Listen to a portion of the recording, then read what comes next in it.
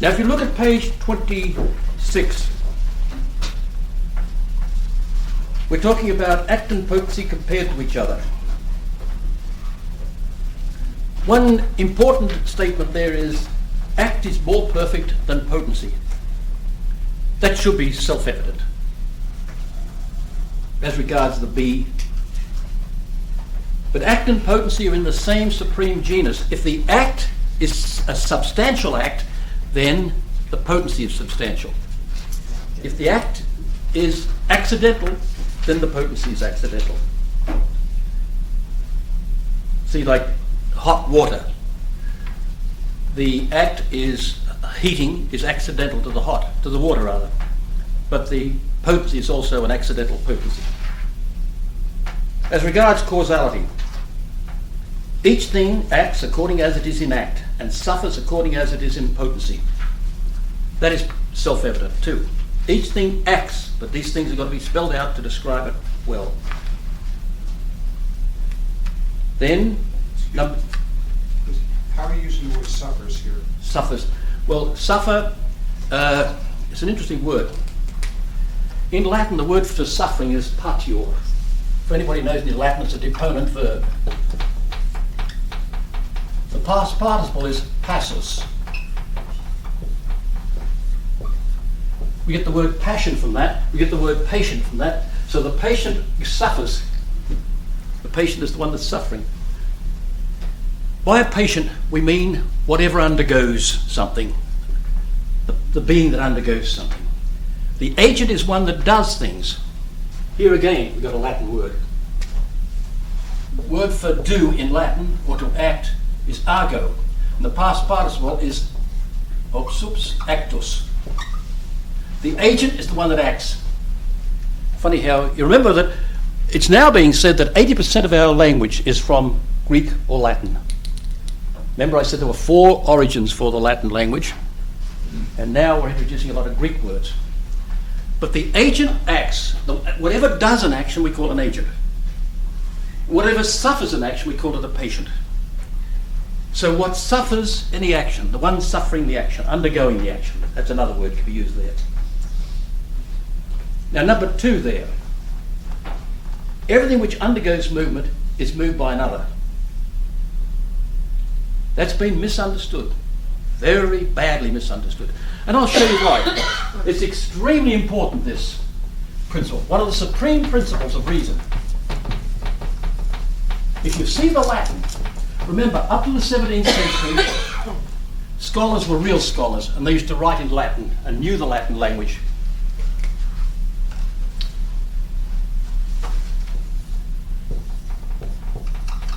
Quid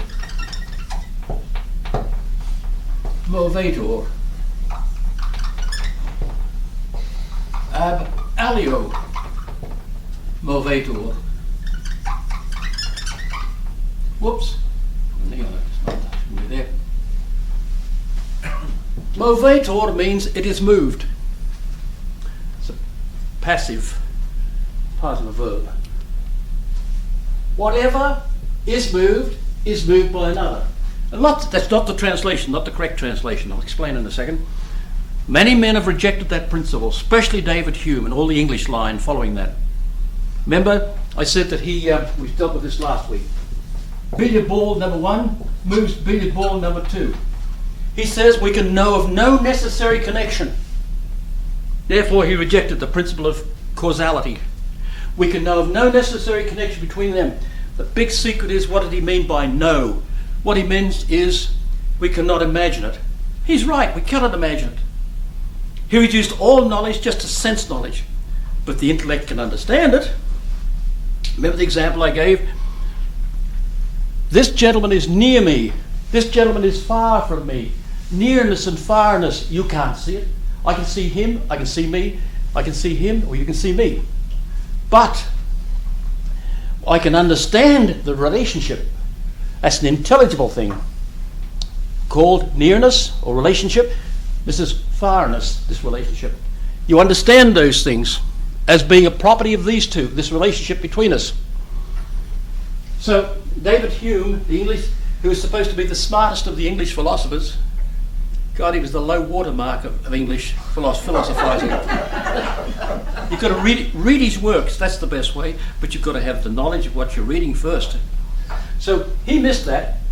What he meant, you can't observe a necessary connection. You see, one hit the other, but try and tell that to a farmer. Oh, this billy ball hit that. Oh, I can't see the necessary connection. A farmer would laugh in your face and spit in your face over that. I wouldn't blame him. So they translated this as whatever is moved by another. It says this principle says nothing. But these are two different words. This is passive. This is middle voice. Middle voice. Let me give you some middle voice in English. This butter cuts well. The butter doesn't cut, I'm doing the cutting. What we're saying is neither this butter has been cut, nor are we saying that I am doing the cutting. It's between the two, and it's called middle voice. The middle voice exists in, well, many languages. I wouldn't like to say it exists in Asian languages, I don't know, but certainly in European languages. In French we'd say, ce beurre se coupe bien. This butter cuts itself well. They use the reflexive in French. In English we use the active voice. This butter cuts well. Different languages say it different ways. Whatever undergoes movement is moved by another, be a better way to translate it. This is neither active nor passive. It's middle voice, as it's called. In Greek, you have a special, makes learning Greek a little bit more difficult. You've got a special case for that, a special kind of verb for that. Verbs have a special sort of shape for that sort of thing, the middle voice. Other languages get out of it other ways. Like, se boire in French, se boire se coupe bien. This wood cuts itself well, as they said. So, each thing according as it is an act and suffers according as it is, acts according as an act and suffers according as it is in potency. That shouldn't be there, that semicolon. Everything which undergoes movement is moved by another. You could say everything, whatever moves is moved by another. You could say that if you like, but you'd have to know what you're meaning, what the real meaning is. So, material and formal causality, looking at it from them, their direction, act being perfection is not limited except by potency, which is capacity for perfection. Then from two beings in act is not composed a being which is one according to itself. I hear the words per se being misused day after day. It means according to itself or through itself. From two beings in act is not composed a being which is one according to itself. Billy and Betty in domestic union. Two in one flesh, yes. That's because of the form, the bond of matrimony. So, another comparison of act and potency. Can we have a pure potency existing? That's absurd. A pure potency, no. Pure matter cannot exist. It's matter, but remember this, when we use terms in philosophy, they're unlike the way the scientists use it. Remember that. What's the scientist mean by matter? He means bodies generally taken, that's all, without any particular reference to any particular body. Bodies universally considered. What's the philosopher mean? Whatever receives a form, that's called a matter. So, and whatever is sometimes purely common to things. Or somebody might say, well, materially he shot that fellow. Yes, that's the matter of the action, but what's the form of it? What's the moral form? Oh, he committed murder. Oh, no, he didn't. It was self-defense. Big difference. So, we can't have a pure act, a pure potency existing. But can we have a pure act? Yes. There's no intrinsic objection to that, but we can actually prove it exists, and we're going to do so. Mixed act and potency? Yes, we saw the evidence for that. Remember those proofs I have back here? We didn't. I think somehow we sort of slipped by them a little bit. We did a bit of them, but way back. prove the existence of act and potency. I have to look back now to see the page numbers. Yes, page 20, 19, 20. We saw a proper argument on page 19, for instance. Argument 1. The same cannot be the reason of opposites. There's a principle of reason. In other words, what a hot oven produces must be something that's hot, because that's the form it's got, hotness. What a refrigerator produces is something coldness, because that's its form. Things can only act according to their form. Do follows be. If a thing does be a dog, it'll do like a dog. If something does be like a tree, it'll do like a tree. So there are about 4 arguments there. You can read them through for yourselves. For instance, on page 20, Argument 1. Being is many only if some being is composed of act and potency. We give the evidence there. But being is many, therefore some being is composed of act and potency. Read them through for yourselves and think about them, and if you find them difficult, please let me know. Now we come to a theme which is being developed, which was developed by Plato and Socrates many years ago, and some don't know it, but it's partially in Aristotle too. It certainly was developed in St. Thomas. And about 4 or 5 people have dwelt upon this doctrine of participation. Remember what Plato said? Here, in another word, is pure dog. And dogs in this world, Spot, Rover, etc., all participate in this dogginess. It was an absurd doctrine, but Plato was groping. He'd had nothing to go before him to teach him, except Socrates. And when you look at it, what Plato did was a tremendous leap above what went before him. But it still needed correcting, and we had Aristotle for that. Then it needed perfecting and developing. St. Thomas did that. In the meantime, men like St. Augustine and others all added their bit. So these participate in this. They partake in the perfection of dogginess. They have a share in the perfection of dogginess. Rover too, with all the other people. Mankind the same. Tree the same. There's a pure tree in another world.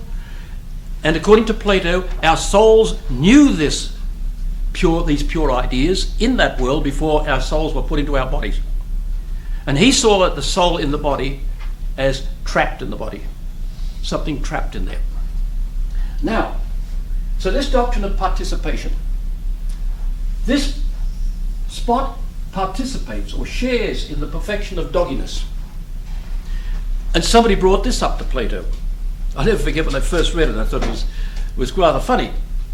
They said, well, if we say all our ideas are participated somewhere, what about mud? Must there be a pure mud somewhere? Yes, said Plato, if we're true, or Socrates, who's the main actor in Plato's writings. If we uphold such a doctrine, we must admit that there's a pure mudness, and this puddle of mud participates in that big mudness. It's a muddy argument. So, hot water, the spoon participates in it. Creature participates in godness. So two fellows, when they first went to Montreal to study, there was Claude Lagadec and André Dupont, 2 classmates, said, we're going to have lunch so and such a place. Would you like to come? Yeah, I would. I want to get to know them. André had been an engineer. Claude Lagadec is in the Faculty of Philosophy, or Department of Philosophy, whatever it is at the moment. It used to be a full faculty.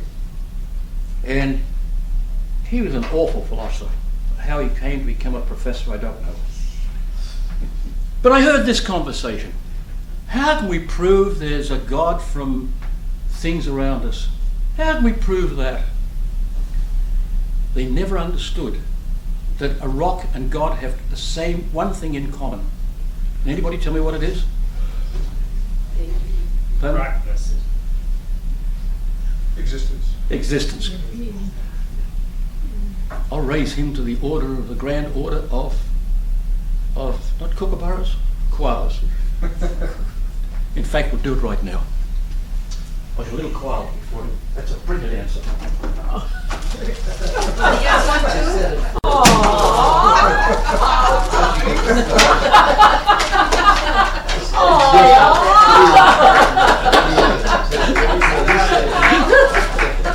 Now, I brought a few of them back from... Well, I didn't... Said existence first. I said it too, I hadn't said it. I didn't hear it. Well, we'll see what we can do about that, Joe. I've only got one with me. So... You can participate in this. In koalas? Yeah. So the participation has been developed in recent years. Cornelio Fabro was probably the best writer in recent years in philosophy. And Regis mentioned it, Geiger mentioned it, and their student, I'm not going to tell you who that was, he mentioned it. My doctoral thesis was done on the relationship of knowledge and participation. We participate in the perfection of another world through knowing a tree. There's a tremendous amount of stuff still waiting to be written. In fact, we're writing on it at the moment. The form of the tree is in the intellect. And by participating in the form of the tree, we're participating in the source of the tree. The form of the tree is limited. The form of the tree out there is limited, but when it's in here, it is in a more excellent mode of existence, much better mode of existence than it is out there. When the creature participates in the divine being, and these things are not theology, by the way, this is philosophy. God and, say, the tree. There's a likeness between them. It's like, not more than. Or if I can say it the way Woodbury used to say, likey, notty and mory. One of my students who went into a seminary, he was much older than the other students, he went into seminary, he said they had a big dispute one day and he rang me to tell me about what happened. They couldn't solve a problem. Then suddenly he said, I remember what Doc Waters said. And he said, the likeness between God and the dog is, say a tree, is beauty. They're talking about beauty. How could a tree be said to be beautiful when God's beautiful? It's beauty. His beauty is like the beauty of a tree, but it's not the beauty of a tree. It's more than the beauty of a tree. Likey, notty, and more, he said. So, it's analogy. We call it analogy, negation, and remotion. But there's causality, participation, and analogy. Now, for those who are not sure about analogy, it means there's a likeness, but a greater unlikeness. Went to the library one day at the University of Montreal. There's Charles Beaubien, a lovely fellow, and Charles was a pleasing sort of person, and when he did some little presentation before the class, the professor was pleased, and so were we all pleased. A nice fellow, and he sort of thought he was a bright spark in the class, and here's Charles sweating over something. It was just not long before these final exams. I said, Charles, what's the matter? She looked worried. He said, I can't put these three together, how they fit together. Causality, participation, and analogy. So, the tree, God's goodness, or God's beauty, is like the beauty of a tree, analogy, but it's not the beauty of a tree, it's more than the beauty of a tree. So there's causality, analogy, and participation. So Claude Lagardec and André Dupont couldn't understand how we could prove the existence of God from rocks and trees, etc. What have they got in common? Existence.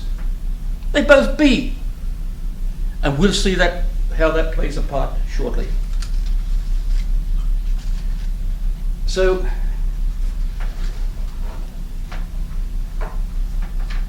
We talk about brilliance amongst mankind. If we think that's brilliance, just remember Gabriel, Michael, and that other fellow, with a silly name, Raphael. Those three fellas, they've got a giant of intellectuality, but it's nothing to God's intellectuality. I've given you different examples of participation there. You can read them through for yourselves. But potency and act encompass the whole universe of beings. I think I can show you there, I can let you read all those for yourselves, those bits and pieces. So, when you come to apply it in a lot of things, in the world, in the political science, political philosophy, etc. Trying to see the time there, I can't see that clock with the lights shining on it. So, we have to be careful. There are, we can see that with that number 11 on page 28, near to the top of the page, Bob seduces Betty.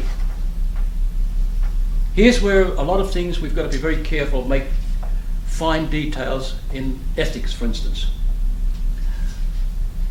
A physical act, a sexual union, it can be an act of seduction. It may be an act of injustice. To get her pregnant, she may die, her father hurt, thus revenge. Each one is potential towards the next one. Each one participates of the injury of the other one. I use that as an example because it's so clear. See, it's like when I was dealing with certain stuff in ethics, sometimes you get young students particularly, especially if they've been listening to teachers of political science. Oh, I had to laugh. The dean that I worked under for a while was political science, and Dr. Redpath was brought in as a special lecturer from New York City. Peter Redpath is a good friend of mine. And Peter says, I don't think that for this particular occasion, he was the principal speaker. I don't think political science is a science at all, he said. Somebody said, you should have seen the dean's face. Boy, she was livid. She was so furious. And Peter didn't know he'd putting his foot in it. But you see, you take this act, a killing act. So I'm helping you learn some ethics too while we're going on this. Now, what can that killing act be? It can be an act of self-defense. It can be an act of murder. It can be an act of war. It can be an accident. I heard on television one night there'd been a bad accident and a man died in the accident. And the police came and said, this man murdered my husband. Well, of course, that was quite absurd. But it can be any one of these things. Same with a sexual act. It can be rape. It can be an act of conjugal love between husband and wife. It can be an act of seduction. I'm going to get another one of these darn things in a minute. Seduction, it can be, what else? It can be 50,000 things. It can be fornication. A student wrote an exam for me. I've forgotten now what I did, but make a moral judgment of an act of fornication. The student said that's what husbands and wife do, fornicate. That was, of course, wrong. He was judging it from that name. It could be adultery.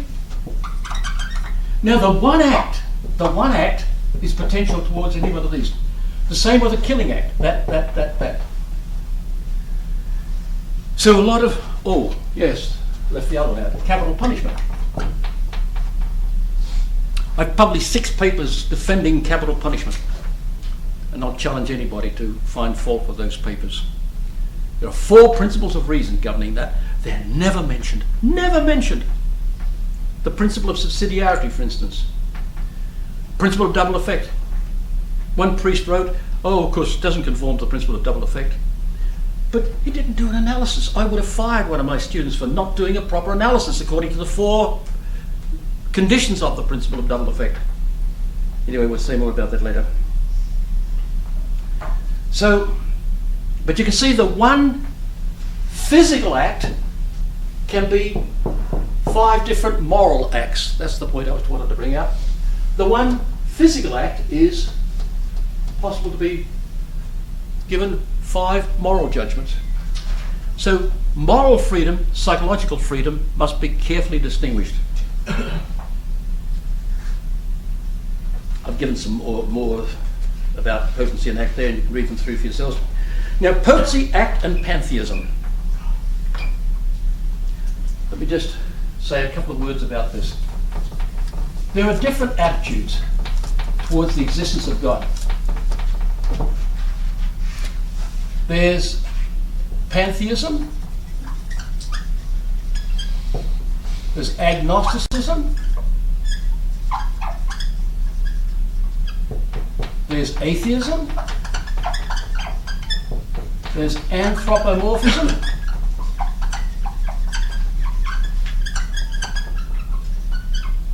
what else have we got? And there's theism. Theism means you recognize there is a God. Atheism, you deny the existence of God. Agnosticism, you don't know, you're not sure. Pantheism means everything is God. There's nothing else but God. Anthropomorphism means God is just a sort of a big fellow that's just like us, a powerful fellow just like us. Anthropos in Greek means man. Morph means shape. Morphia. I knew a fellow called his wife Morphia. And I asked him why. He said, because she's a little dope, he said. So, sorry about that. But, just hitting some people. But pantheism means, pan in Greek means all. Theos means God. So all is God. That's what pantheism is. All is God. Well, if you don't recognize potency and act, you can say all is God. It's all one being. There's nothing else than God. So that when you touch somebody, shake his hand, you're shaking hands with God. When you're touching this, you're touching God. So when somebody talks to you, he's talking to God. All is God. And if you deny potency and act, that's where you end up. Now, a very interesting and very important application of potency and act is in the theory of knowledge. Philosophers deal with 3 most important questions in philosophy. The most important question is the doctrine of the universal.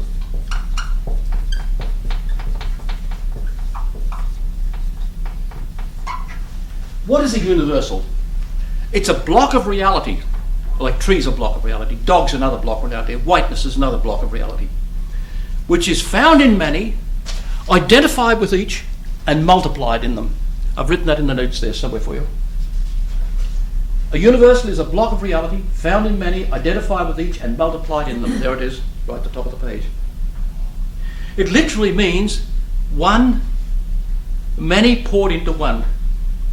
Univers alia, poured into one. Remember Plato, man, Bob, Joe, etc. Ted. There's the many poured into one. Unum versus alia. One towards others. That's what the universal is. One friend of mine said, nobody's ever defined the universal. Oh, gosh, I said, how appalling. This is a solicitor, a lawyer friend of mine. I said, how appalling can you be? The ordinary lawyer in Australia, of course, in England, other New Zealand, and other English-speaking countries, known as solicitors. The man who's at the bar is called a barrister. I can only think of bar steward for a moment. A man who serves at the bar, you know, a bar steward. So, anyway. But the doctrine of the universal, which is what Plato was grasping for, manness in another world, dogginess in another world, and he thought our souls were familiar with that, and when they came in this world, I saw universal man there. When I saw this gentleman, oh, that reminds me now. I remember, that was there, saw that in the past. He called that a doctrine of reminiscence. You remembered from the past, before you were born. But it's reduced to the theory of knowledge. The theory of knowledge explains that. The nature of knowledge is to have the form of another as it is another's. That's a simple definition of knowledge. There are different ways you can define it. Being in possession of the form of another thing, that's what knowledge is. And to receive it purely objectively. We have a long analysis of that in philosophical psychology. So the theory of knowledge is to have the form of another as it is another's. And that's reducible to potency and act. Perfection and limitation of perfection. So, depends on the aptitude of the known tree to be and to be known. It bees by an external reality of be out there, but it bees by an intentional be here. By intentional, intend means stretch, literally. A tender person is one who stretches out to people, goes out to people. So tendons are what we stretch with. So tendere in Latin means to stretch. So intention means the mind goes out to something. So that tree in here, the form of that tree in the knower, makes me go out to the tree. I know the tree. I'm short-circuiting a whole lot of teaching there. So I want to show how this potency and act works. Supposing we're in this room now, and I think I'll have to put something on the board. Just looking at the time, wondering how much time we've got to do this. I've written it out for you. Quarter after. Ah, good, thanks. I've written it out there so you'll be able to sort of see the operation of this with regard to sense knowledge. Here's a thing out there. It's potentially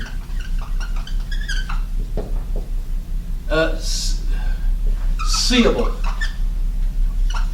Put it that way. Supposing the lights are out. Can you see that? Absolute darkness. No, you can't see it. But it's potentially seeable. Now you put the lights on. What happens? It becomes actually seeable. Now somebody comes, supposing there's nobody in the room. Now somebody comes into the room. It's no longer actually seeable, it's actually seen now. Actually seen. So it goes from potentially seeable to actually seeable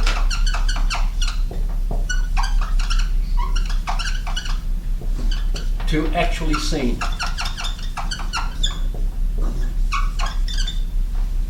See how potency's unfolding? Now, Joe comes in and he goes from can see to does see. That's one act. Actually seen and does see is one act. Can see to does see. Actually seen, that's one act. In other words, it's being seen while Joe's seeing. So it's really the one act. He's possessing that form and the actual see is being done there. But it took, what did it take to make this? It took light to make that, didn't it? What did it take here? A seer. I don't know how you spell that. Somebody to see. It takes a person to see the thing. You can't see it until there's somebody in the room. It can't be seen until there's a light on. Now, I've set that out for you there. Now consider the human intellect. I'm showing you how we can see this all applied to the theory of knowledge.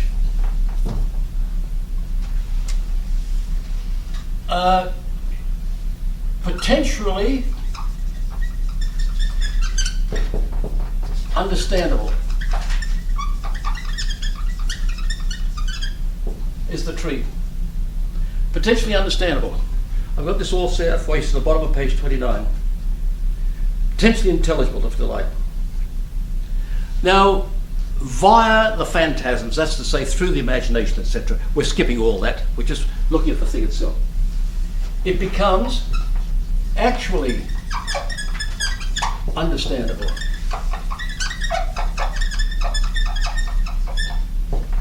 then it becomes actually understood. But it takes Joe again, who potentially understands. He goes over to actually understands.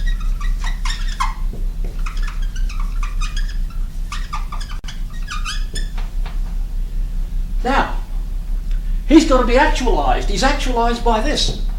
The same as when Joe came in and to see the thing, to see this marker, he had to be actualized by the marker. The marker lit by the light illuminates him, his sight.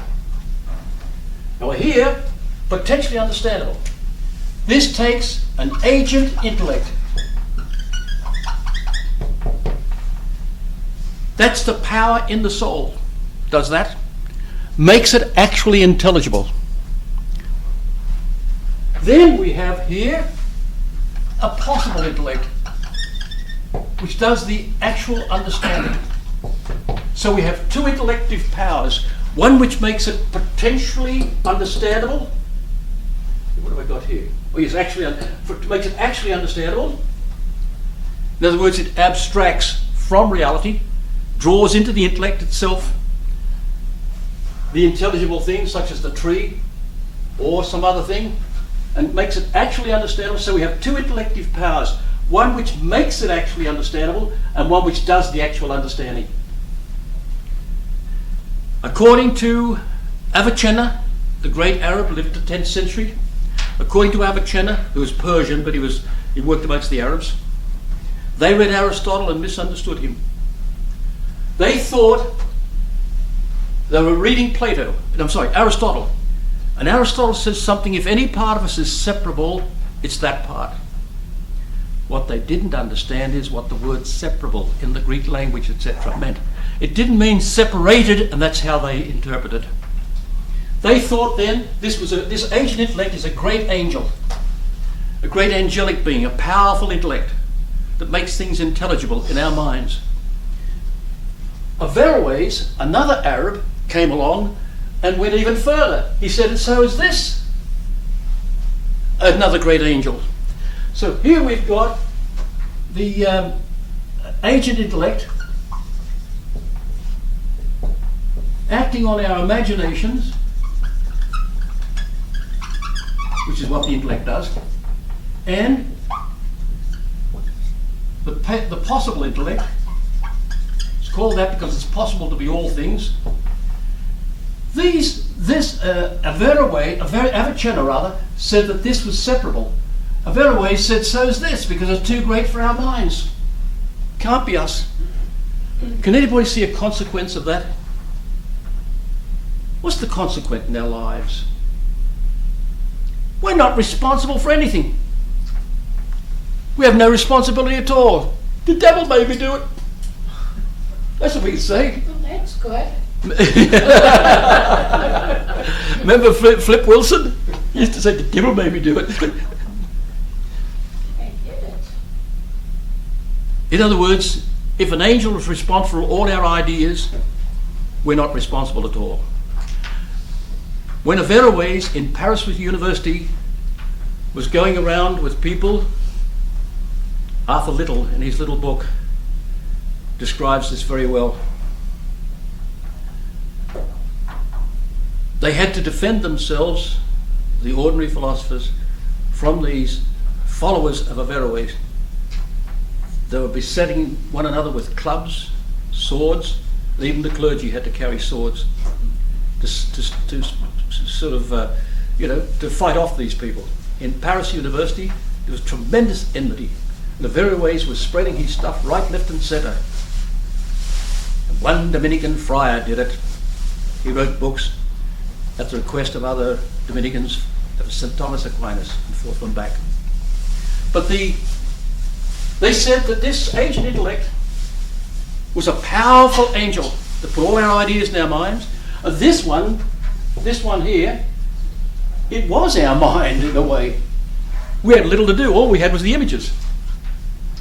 It was a dangerous doctrine. It would have destroyed Western civilization if St. Thomas hadn't fought it. And of course, St. Thomas? Pardon? St. Thomas. St. Thomas Aquinas, yeah. Whenever I say Thomas, always means St. Thomas Aquinas. I didn't know who you were talking about. Well, I do. I thought he was a saint. Well, he's St. Thomas, yeah, but I'm being familiar with him, so he's a pal of mine. We used to play hockey together in the 13th century. Anyway, Thomas was a big man. He's often, I've got a picture that's been given out, they're selling it down here at the monastery, at the shrine of Our Lady of Fatima. Oh my God. He's a namby-pamby, sissy little boy, the way they've made him out. And he wasn't a big, heavy man, as he's been made out to be. He was a big, powerful man, strong as a lion. It took all his brothers to hold him down when they imprisoned him, because they wanted to get him away from the Benedictines. They wanted him to be at the Casino Abbey. He wanted to join the Dominicans, and his family didn't want that because they wanted him in the more politically powerful monastery, you see. I could see it up in the mountain where I was there, still see it there, where the Germans occupied that as a sort of a viewing post, a spotting post during the war, and the Allies had to smash the place to get at the Germans. But it's a beautiful place, and I regret to this day I didn't drive the 10 kilometres up the mountain to get to visit it. I regret it right to this day. What did he donate to this subject? Everything, I think, says it. Everything. He perfected it. Raised it he took everything that went before him and raised it to a new and higher synthesis, unequalled before him and unequalled since. And the great minds like Cajetan,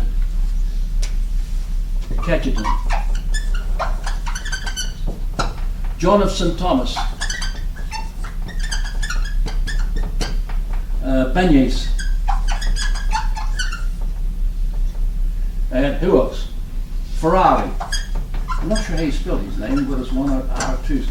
All these great scholars, Billoir, big 9 volumes, beautiful volumes I've got of Billoir. These men all commented on St. Thomas's works and raised it to a new and higher synthesis. And for the last century they've been working on Cajetan's commentary on St. Thomas. And it's so difficult to read that people have to read St. Thomas. He's explaining St. Thomas, they have to read St. Thomas to understand Cajetan. So difficult. But it's something like $150 a volume. Big volumes they are. But this was a dangerous situation. There was the Muslim invasion of Europe, coming into Europe through the universities, University of Paris. And by the way, we should be very proud, but the pride about our English universities, or should we? You know, the great pride amongst the English-speaking peoples about the universities. Where do you think Oxford came from? It was an outshoot or an outcrop of the University of Paris. University of Paris, I don't know, but I heard something about 25,000 students in the Faculty of Arts, for instance. It was a great university, but the students had 2 problems being in Paris. One is accommodation, and the other was letters going home. So they decided to engage the professors to start another outcrop in Oxford, and then another in Cambridge. The Cambridge people were more inclined to Plato, the Oxford people were more inclined to Aristotle. But it's really an offshoot of the University of Paris in Oxford, but the people there don't always know that. However, but St. Thomas corrected them, and it shows in his works beautiful treatments of these men, of Averroes and Avicenna, or Avicenna as some say. I incline towards the Latin pronunciation, and Averroes. His name, that's a Latinized form of Ibn Sinha. That's his Arabic name. I can't remember Averroes, the actual structure of it just at the moment. Ibn Rushd. Pardon? Ibn Rushd. Is that it? I think it is. I think it is. I just forgotten it, to be honest with you. Yes, Ibn Rushd. But Averroes was his stuff was very dangerous. And it would have destroyed all the institutions of Western civilization had St. Thomas not confronted it. And he wrote the book, he was only a young man, Summa Contra Gentiles, the summary against the Gentiles, in other words, against the foreigners. And it was written at the request of the Dominican Fathers so he could combat this stuff. It's beautiful. But you know, reading some of these works in their translation, oh dear, sometimes I have to go to the Latin to understand what the English is saying. For instance, they use the word being instead of the word be. Because being can mean two things. It can mean a being, or it can mean the verb. It is being like this, or something like that. And Vernon Burke, lovely fellow, I rather liked him. He died some years ago from St. Louis University, and he translated these things being instead of be. And Woodbury's the only person I've ever heard that speaks about a be of something. And I fought Dr. Hayden, Mary Hayden. I was directing her thesis, and I fought her over that. She said, Gilson says, the to be of something. Gilson says that. Gilson's a Frenchman, not an Englishman. That's the first problem. Second problem is it doesn't tell you strictly what the verb to be is. Anyway, it's another question.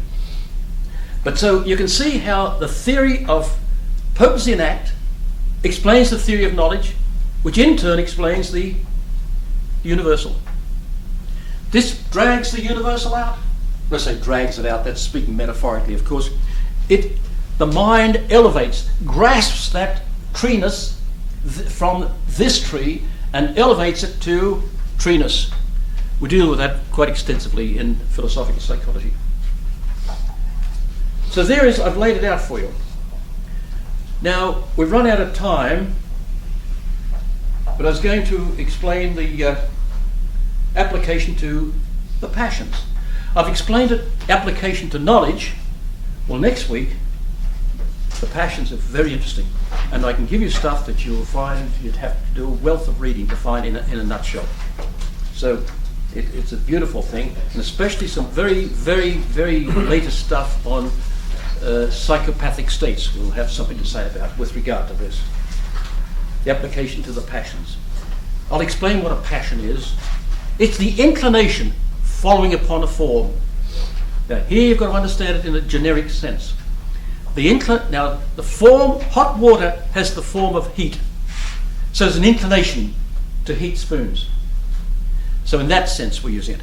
Any act or inclination that follows upon a form is an inclination, is a passion, a suffering, an undergoing of the thing that's got the passion. We'll explain more of that next time. And we see there are two kinds, the concupiscible, I'll explain the meaning of that term, and the irascible, which you know about.